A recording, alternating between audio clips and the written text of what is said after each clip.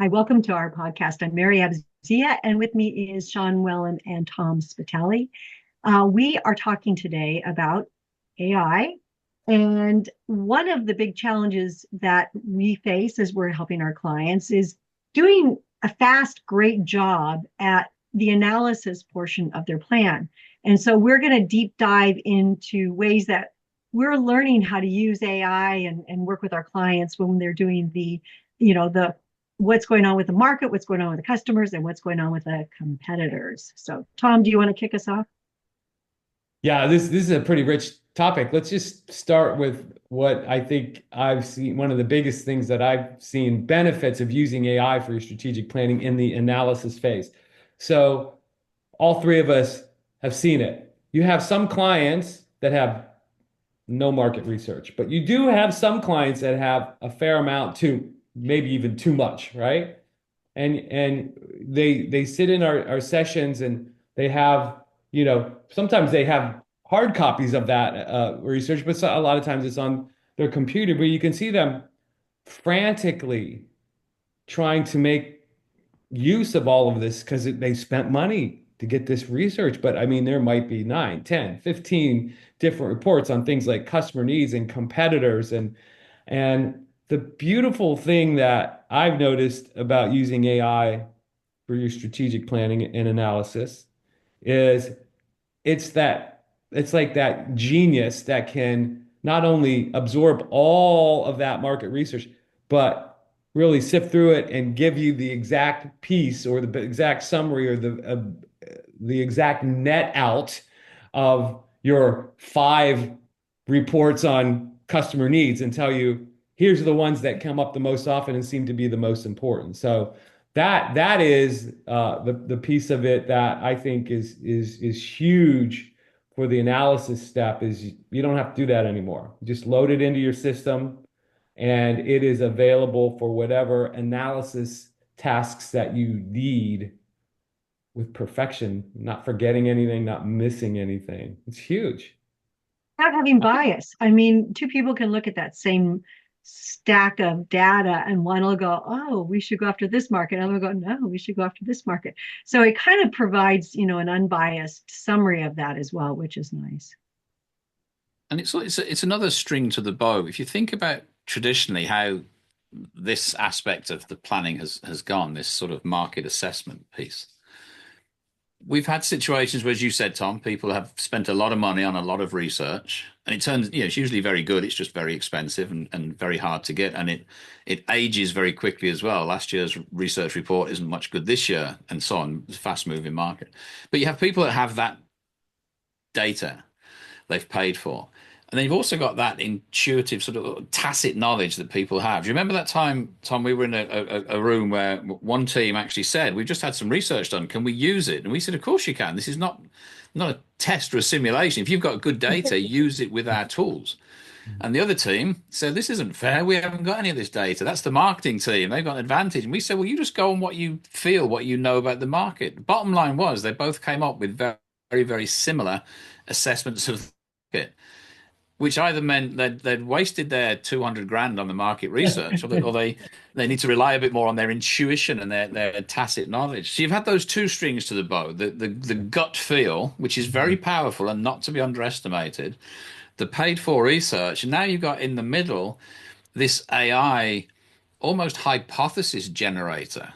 I mean, sure, it can give some specifics, but you can treat it as a neutral. They don't have any axe to grind here. You can say, what is the state of play in this market? Who are the main players?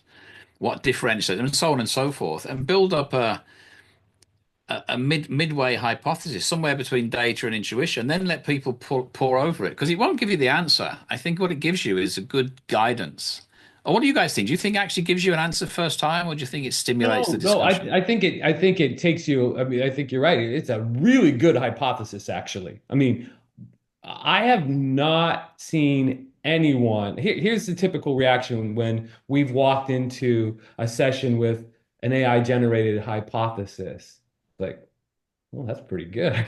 It's like I think that they look as, upon deeper review, they'll find some things, the experts, people that are living this product or service or this market on a daily basis, they'll find some things that they'll say that doesn't sound right. And sometimes they'll further use AI to try to get a data point from outside of their own research, because AI can go out to find anything else that's in the the world of electronic data and sort of give you even another data point. So it's never ever perfect, but it's better than you think it is going to be. It's closer than you think it'll be, and that's a good thing because it gets you Yeah. so far of the way there. But I mean, I think to just say a little bit more about that, I think it's another very powerful point about this market research. If you don't have any market research at all, which a lot of times is the case, a lot of times we're working with people who have products and services that are maybe like not getting a lot of love and attention. They're trying to figure out how to revitalize them or to find a way to make them work for the first time. And the company has never saw fit to invest in market research for that product. Well, if there is anything anywhere in the universe on that product, AI, that's published anywhere in the web sphere, AI will find it. And that helps a lot too. Yeah. I like using AI for the front end when we're trying to figure out trends and actually even what market available universe there is. We used to say there was web scraping and that was always kind of tricky because you had to pay a lot of money and you weren't quite sure what was being scraped. But now it gives you the sources and you can see it. So we were recently doing something and we were trying to figure out what the available universe was. And it just allowed us to start with, all of the potential patients and then bring it down by, looking at the incidence rates. And we came pretty close. And then we used some of our other tools with AI to figure out what market share of that available universe there may be.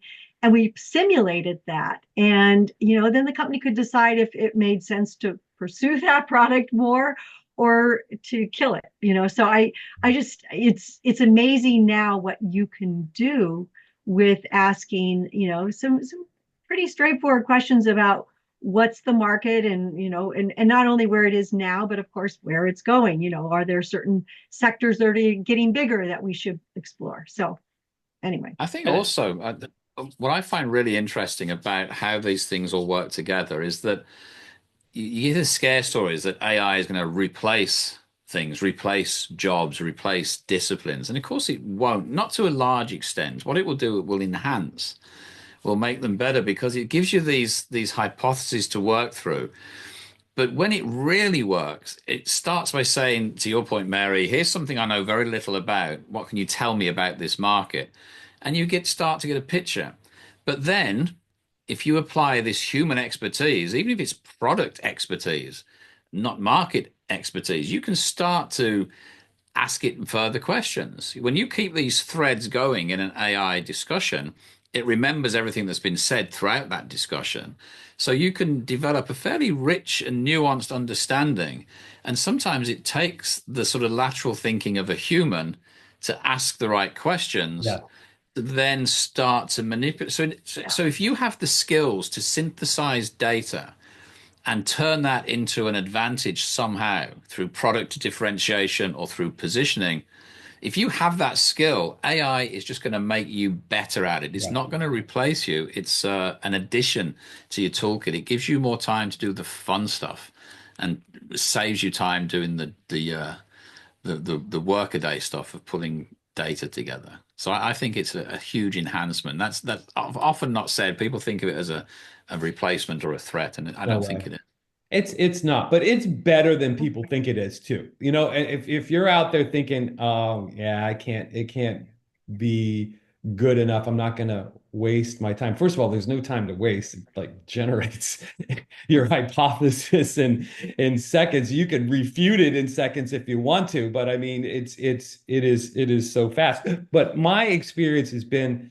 that once people have started to look at our output from our system called Scout and they get into it a little bit and they begin to respect it enough that when they get a result that is doesn't seem right, instead of saying, "Oh, forget it," they actually have gotten to the point where they're going, "This has been pretty good so far. Maybe there's an explanation." We had Mary was talking about an engagement we had recently.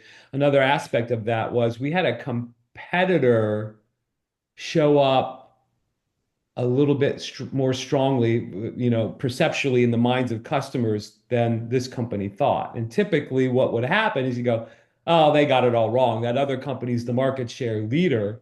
And what this company did is say, "Maybe we're looking at this wrong. Let's ask the system to go out and justify why this result is there." And Scout System went out and it said, "Here are the three reasons why this might be a result that you weren't expecting." And we looked at it and they looked at it and they were like, "Oh, we think that is what's happening." You know, Right. Yeah. um, that Yeah. competitor is gaining market share. And these scores are actually predicting that that's happening because they're showing up better than the market share leader, but the market share leader is losing share to this competitor. So it gains your respect, but there is always some need for the humans to kind of synthesize it and get it together. Yeah. Yeah, I want to build on that with the competitors. We say that a direct competitor can hurt you, but an indirect will kill you. And the reason is that you just don't see them coming. Well, guess what? With AI, you have no excuse not to see something coming because, like we go into industries that like fasteners or insulation. I mean, things that we really don't know much about. But when we prompt it in the right way and say, tell us about some of the indirect competitors that are coming along, and in what ways, what benefits do they satisfy for customers, and how do they do it different, we start to see a whole new world that allows companies to go, wait a minute, Yeah. it's not just that one over there, that one company, but it's these other types of approaches that we have to be more aware of, and maybe we can buy one or invest in developing it. So all of a sudden, when their eyes are open, they have more options to Yeah. play the game in the market differently. The other side of that coin too, Mary, what we've recently discovered with another client is, that potential indirect competitor list can scare you. It should scare you, right? It's like, here are all the technologies and potential disruptors to the market as we know it today.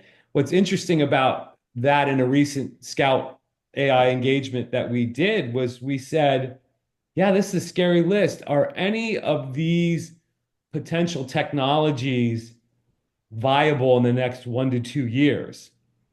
And what Scout was able to do is to go out and examine all the clues that it had. And again, it can make mistakes, but it gave us and the client kind of comfort when it said, probably okay for the next 2 to 3 years. These things are in very, very early stages and they have a lot of hurdles to pass before they can become viable. So it can help you in the other direction too, because you can go, well, I'm aware of these new potential disruptors, but I also know I've got some runway. So maybe I can invest a little bit in my current technology and gain some share over the next couple of 3 years, get my payback before these new disruptors will come along and I have to deal with them. Perfect. Sean, Yeah, I anything think else? well, I just characterize it as having a real. I've said before, for some workaday tasks, AI is like having an intern that never sleeps and works 24/7 and doesn't make any demands of you and just is there always there. And in a way, that's the way to think of AI in terms of the more high level processes like strategic planning or thinking. And it's like this advisor. And like all advisors, it's up to you to decide which advice to take and how to weigh that advice in light of what you currently know and your own experiences. And it's back to this thing that it's like having someone on your shoulder who's giving you very good advice, but doesn't make decisions for you. Don't absolve yourself of the need to make a decision. This will just enhance your decision making skills, but it's still down to you. It's a super assistant, a super advisor. Yeah, I think the important thing, as we've been talking, is to have the right questions. And if you and your team at any point say, okay, now let's make sure we're really thinking about our analysis in terms of what's going on with the market, trends and decision makers, and then what's going on with customers, what are their needs now and how might they be changing, and then what's going on with the competitors, the direct competitors as well as the indirect competitors. If you ask those questions, you're up and either you have research or you go out and you supplement it with outside information. You're going to have a really nice, robust analysis to start to think through. Now, what do I do? What are my options? So we hope you send us information. We appreciate when you do, because we love seeing how you're playing with AI. So thank you. Thank you.